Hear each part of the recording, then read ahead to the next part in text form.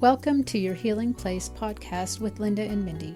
It is our desire to address common concerns of how abortion and faith intersect in order to validate the emotional pain and grief that abortion can bring and give hope that recovery is possible.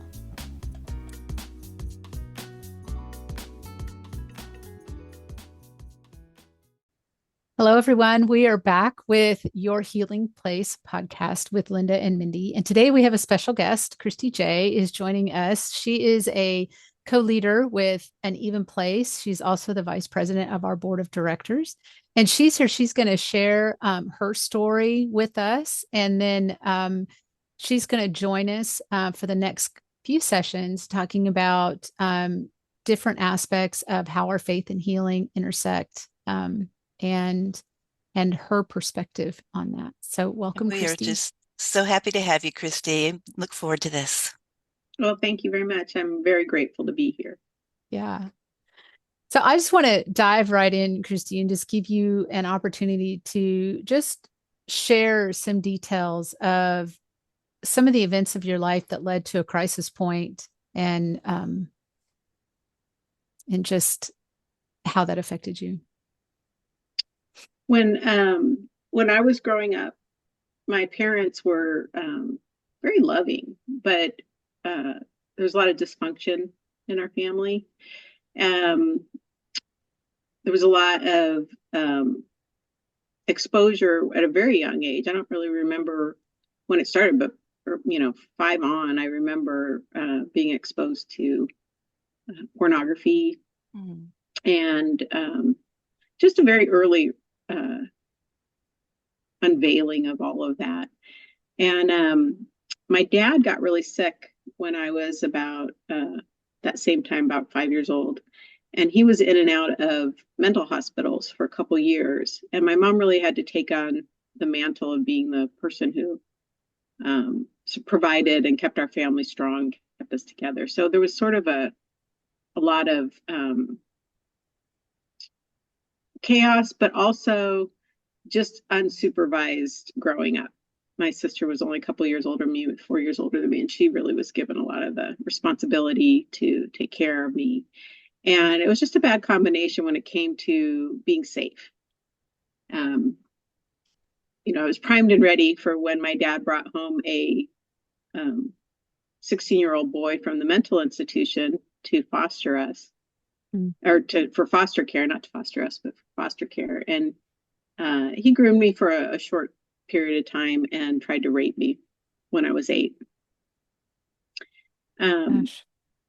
So during the years past that time, there was a sort of malevolence to the sexual part of my life. It was like a darkness had dropped in over, what was probably typical exposure to pornography and sexuality to something that was a little darker. And I lived with shame for a really long time. And as I got older and had more opportunities, I, became promiscuous. But there was still a guardrail there. I still had, I had a family that was well-known, popular. My sister was super popular. And so she paved a way for me to be, to fit in when I went to high school and all of that. And we would do a lot with my family. My family would sponsor a lot of things in the community for the kids to come to our house and stuff like that. So on the outside, it looked all good.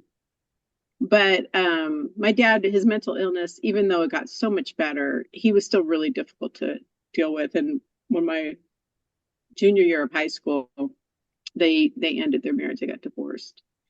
And the guardrails really came off after that. So from the time I was about 17 till about 23, just really took a lot of risks. And kind of left in my wake a lot of pain and suffering for others and a lot of self-destruction. And, I would kind of serial date long-term relationships. I kind of go from one boyfriend to another. And looking back, I think I was trying to find somebody to anchor to, somebody to keep me from really going crazy. Because whenever I wasn't anchored to one person, I would just I don't know, it was just very, very risky behavior. Um, but when I was about 23, I got myself into so much trouble that I really started to realize like there's something wrong with me. You know, this isn't just me being kind of a wild girl. I believe some lies that have been planted, seeds that have been planted in my heart that, we had a wild streak. That's what my mom would say. Us girls in our family, we just have a wild streak. Hmm. So I would think that this is just how I was. And like I said, at 23, I got into a whole bunch of trouble. Was really risking my life, and kind of came to that point where I was like, um, I knew if it was either I wasn't gonna figure this one out.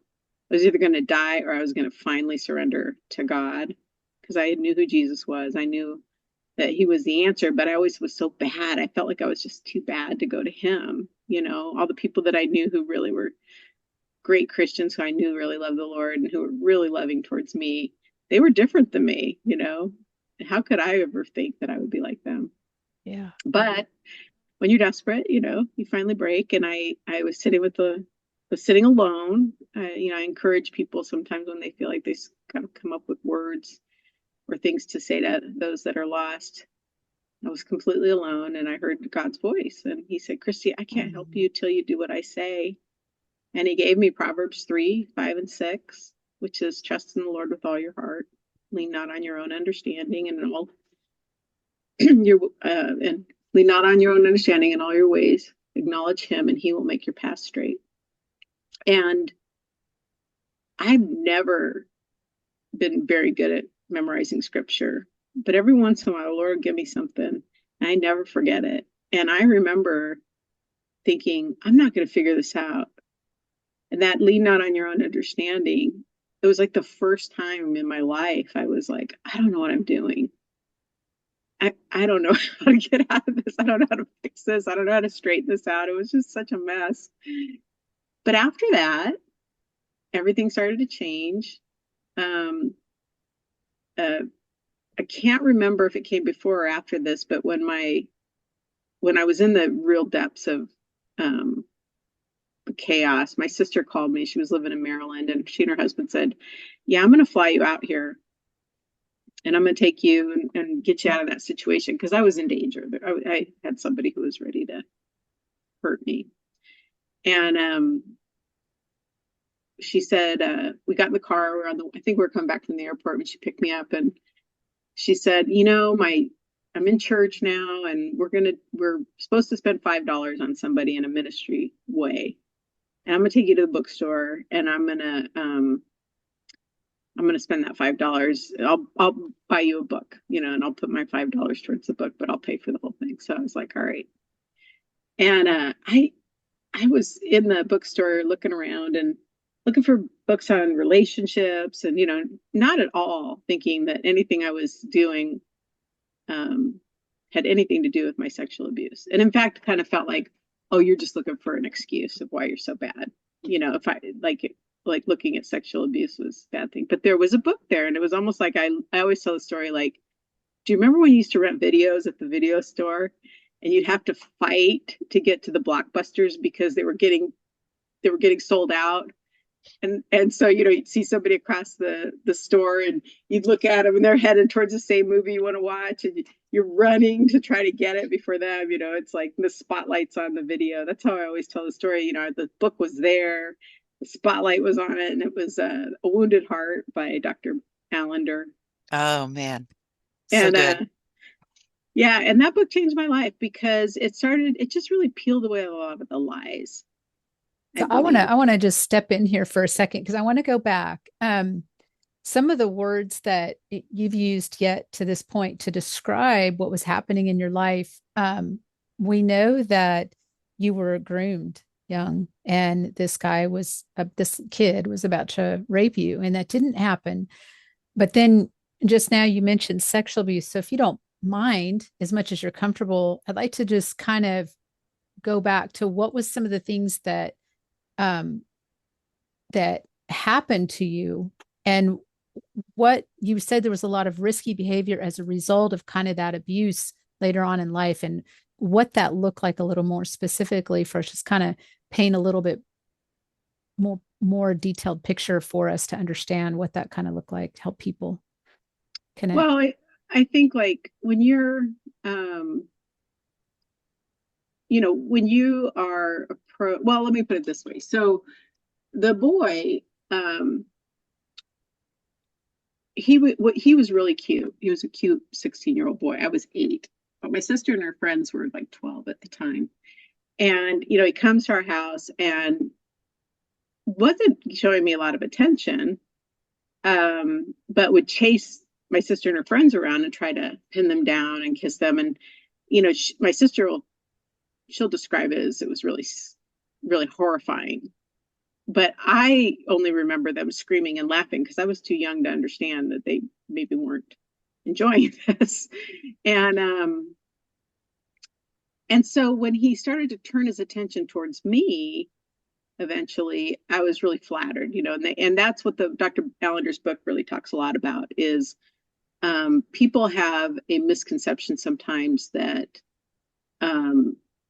all sexual abuse is like somebody grabbing you and jumping out of the bushes, or it's always violent or whatever. Mm-hmm. And I think it's really important to understand that a lot of times it's a very slow process, and the person is building a relationship with you that my dad was mentally ill, my mom was busy, my sister and her friends were getting all the attention. And so it was very easy for me to want, affectionate attention. And so what he would do is, I don't remember like a lot of this. I remember the one time we were laying under the covers watching TV. You know how you sit with an Afghan over you, and he would try to touch me in areas. He would creep his hand along my leg or kind of towards my panty line to see what I would do. And I just thought it was, embarrassing and silly. And, but I also knew a lot about sex at that point because I had seen and been exposed to so much. Playing doctor with the little boys in the neighborhood and that kind of stuff also, well before this. So it was just another person. But I can't remember exactly how I wound up the night that he tried to rape me. But I mean, he molested me, and he didn't just say, okay, I'm going to rape you now. It was like, I just remember being in his room and him, it was nighttime, and I think my parents were asleep, and he was just in bed with me trying to do his thing. And I just said, to me it's just flashes of images and things like that, but there was something about it that wasn't it was the first time I had really felt like violated by somebody else or out of power, where it wasn't just, I'll show you yours if you show me mine type stuff. This went way over my head. I didn't really understand what was totally happening. And afterwards, he did run away after that. So it was by, I think, God's grace that he didn't wind up staying. Thank you for listening. This podcast was inspired by the many conversations had through the years with women struggling from the emotional pain associated with abortion. Thank you for allowing us into your healing journey. Subscribe on major platforms where podcasts can be heard. Learn more about virtual abortion recovery healing at www.anevenplace.com. The link is in the show notes.